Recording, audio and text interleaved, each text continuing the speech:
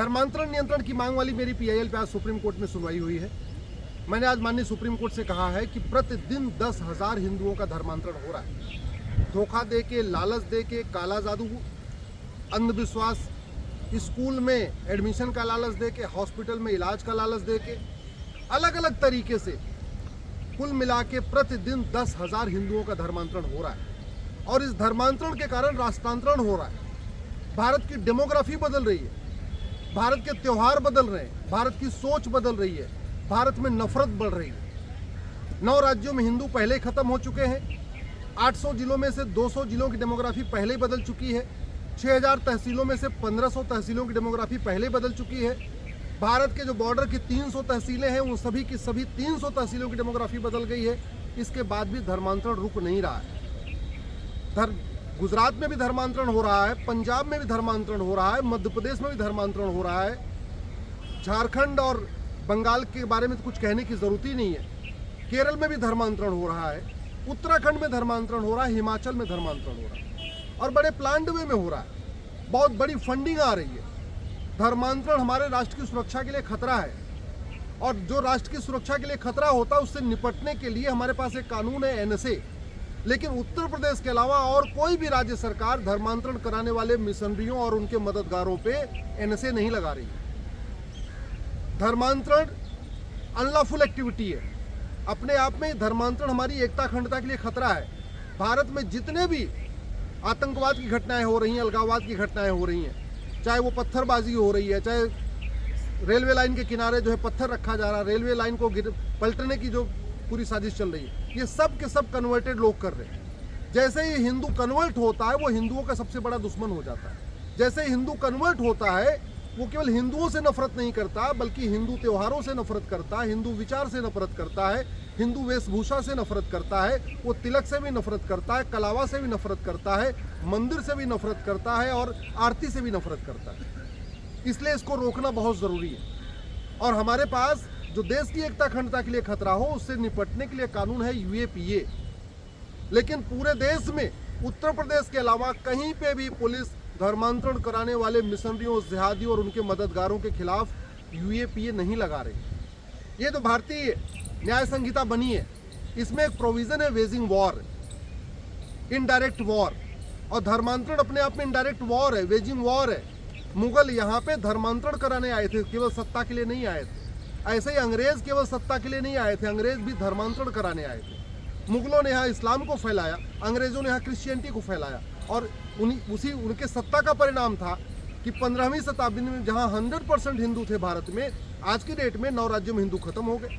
800 जिलों में से 200 जिलों में खत्म हो गए, 6000 तहसील में से 1500 तहसीलों में खत्म हो गए। और अगर अभी भी नहीं धर्मांतरण को रोका गया, अभी भी अगर वेजिंग वॉर की धारा नहीं लगाई गई तो धर्मांतरण नहीं रुकेगा। वेजिंग वॉर में आजीवन कारावास तक की सजा होती है, लेकिन कहीं पे भी कोई भी राज्य सरकार वेजिंग वॉर की धारा धर्मांतरण कराने वालों पे नहीं लगा रही। धर्मांतरण एक ऑर्गेनाइज क्राइम है और जो ऑर्गेनाइज क्राइम है उससे निपटने के लिए भारतीय न्याय संहिता में एक धारा है पूरी, उसमें कठोर दंड का प्रावधान भी है, लेकिन वो लगाया नहीं जा रहा है। राज्य सरकारों के पास भी जो ऑर्गेनाइज क्राइम है उससे निपटने के लिए अपना अपना कानून है। महाराष्ट्र के पास मकोका है, गुजरात के पास गुजकोका है, यूपी के पास गैंगस्टर एक्ट है।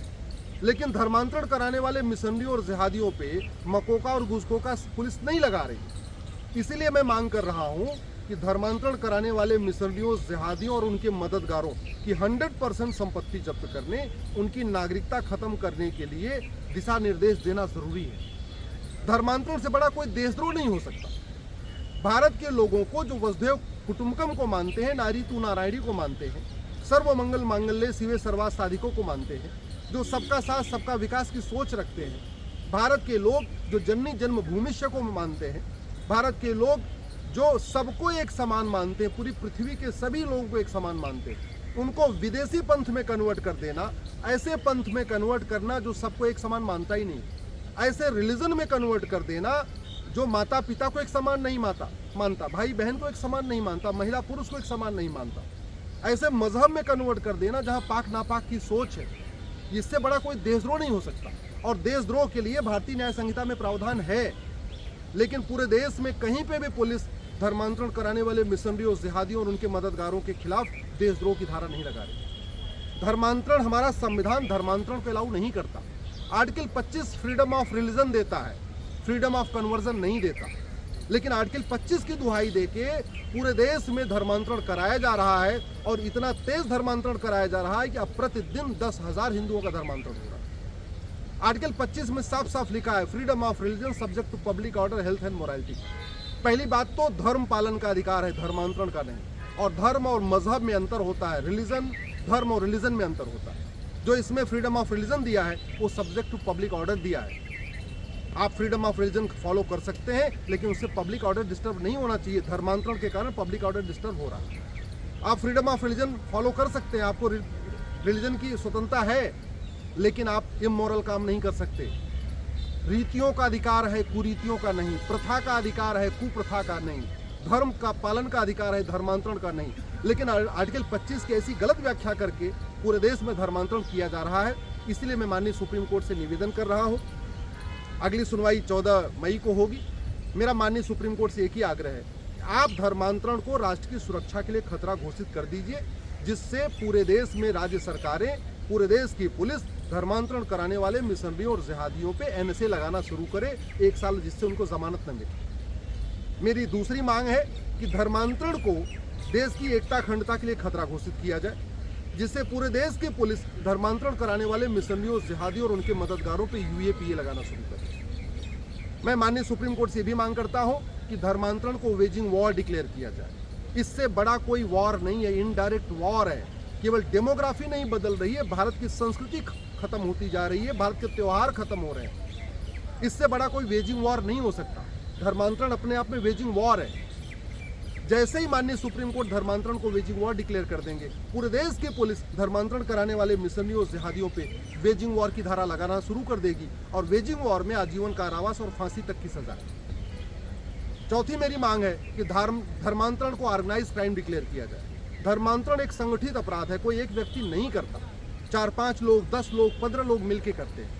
कोई उनको लिटरेचर देता है, कोई उनको जगह देता है, कोई उनको मानसिक रूप से उनको बहलाता फुसलाता है, कोई उनको पैसा देता है, कोई फंडिंग देता है, अलग अलग तरीके से होती है। तो जब तक धर्मांतरण कराने वाले मिशनरियों, जिहादियों और उनकी फंडिंग करने वाले या उनके मददगारों के खिलाफ देशद्रोह की धारा नहीं लगेगी, एनएसए नहीं लगेगा, यूएपीए नहीं लगेगा, वेजिंग वॉर की धारा नहीं लगेगी, मकोका घुसकोका नहीं लगेगा, इनकी नागरिकता नहीं खत्म होगी, इनको कम से कम आजीवन कारावास की सजा नहीं मिलेगी, तब तक धर्मांतरण नहीं रुकेगा।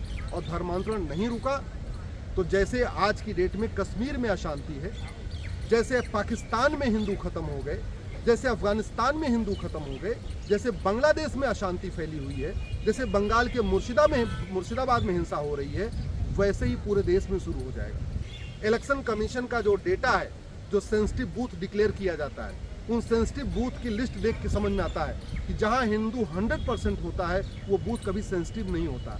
लेकिन हिंदुओं की संख्या जब घटने लगती है तो चुनाव के दौरान वो बूथ सेंसिटिव होता चला जाता है। 70% तक जहां तक हिंदू हैं वहां तक बूथ सेंसिटिव होता है। जैसे ही हिंदू 50% हो जाता है वो बूथ हाई सेंसिटिव हो जाता है। इसका मतलब ये हुआ कि धर्मांतरण बढ़ता है तो फिर क्राइम बढ़ता है, अशांति बढ़ती है, पुलिस ज़्यादा लगानी पड़ती है, फोर्स ज़्यादा लगानी पड़ती है।